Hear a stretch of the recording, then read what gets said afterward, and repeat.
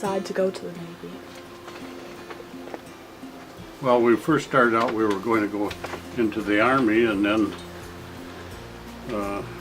when we got down to the recruiting office, everybody decided that they were going to go. Two of them went into the Marines, and two of us went into the Navy, and I think somebody went into the Air Force, so nobody went into the Army.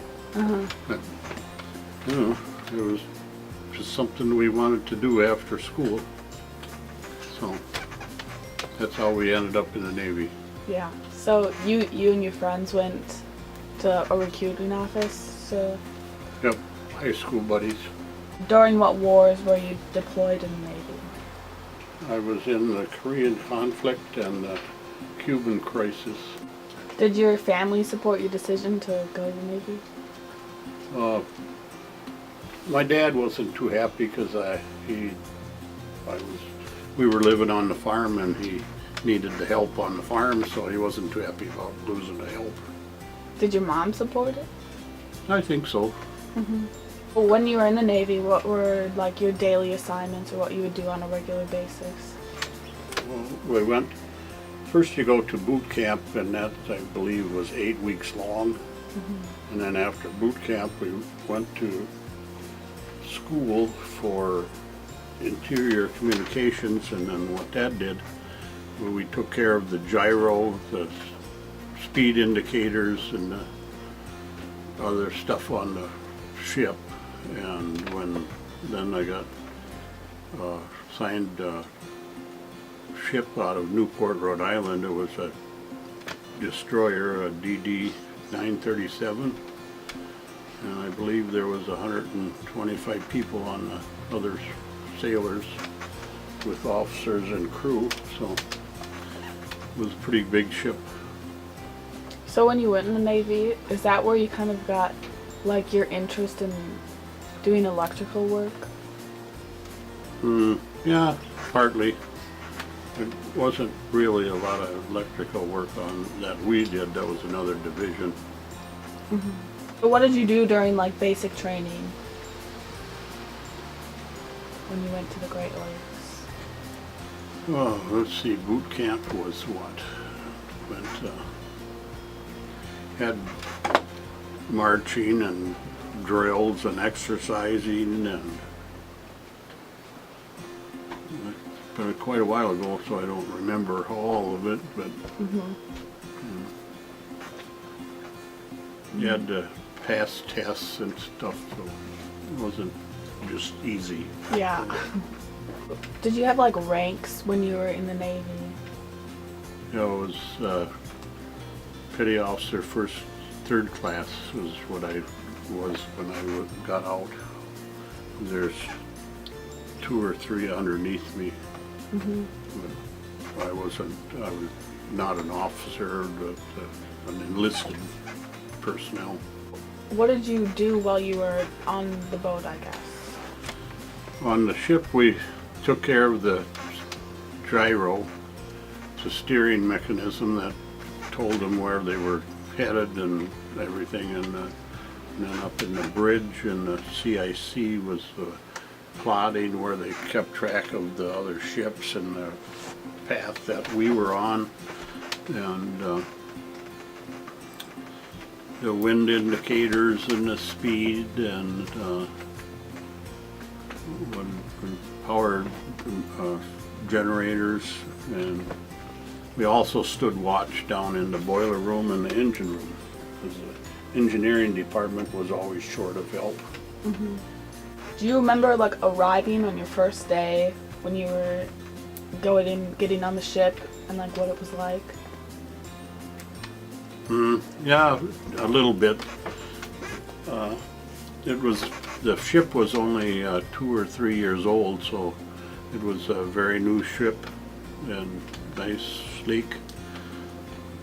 It had what they called a hurricane bow on it. It went up in the air further than the other ones, and it rode through the water pretty good. Other than that, I guess that it was good tour of duty. Were you nervous at all? Somewhat, not a whole lot, I don't think.